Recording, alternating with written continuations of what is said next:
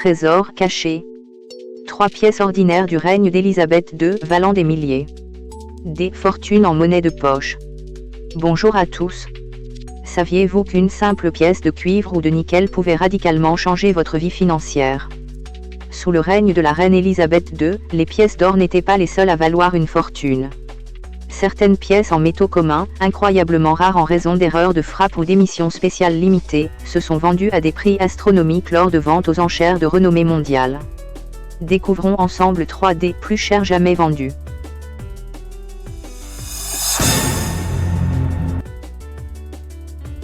1. La pièce de 2 pence de 1983, la « confusion fatale » New Pence. Jusqu'en 1981, la Grande-Bretagne frappait l'inscription « New Pence » sur ses pièces de 2 pence en bronze, avant de passer à « 2 pence » en 1982. Cependant, en 1983, une grave erreur s'est produite à la monnaie royale. Quelques rares pièces de 2 pence en bronze ont été frappées par erreur avec l'ancien coin « New Pence ». Cette pièce est considérée comme un Graal pour les collectionneurs. Un exemplaire a été vendu par la prestigieuse maison de vente aux enchères britannique Spink pour plus de 2000 $, ce qui en fait l'une des erreurs de frappe en cuivre les plus rares de l'histoire.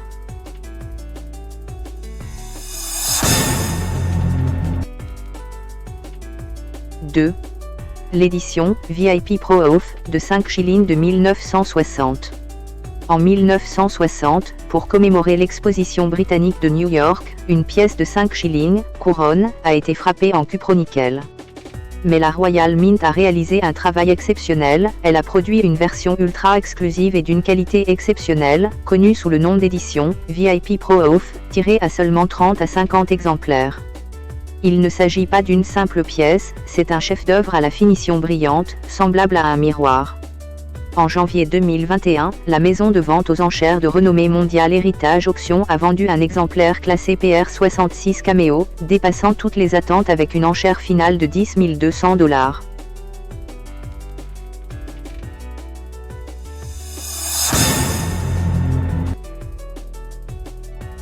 3.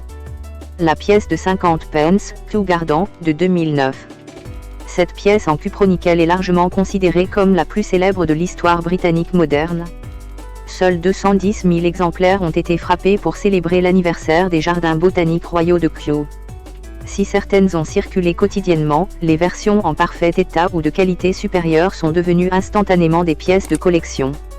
Dans des maisons de vente aux enchères prestigieuses comme Baldwin S, même les versions rayées et ayant circulé peuvent atteindre 250 $. Mais le plus surprenant, c'est que les versions de très haute qualité, comme PF70, de cette pièce en nickel ont établi des records spectaculaires lors de ventes aux enchères spécialisées, dépassant les 9 000 $.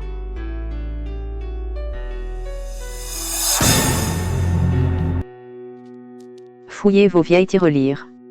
Le secret ne réside jamais seulement dans le métal, il réside aussi dans la rareté et les erreurs de frappe.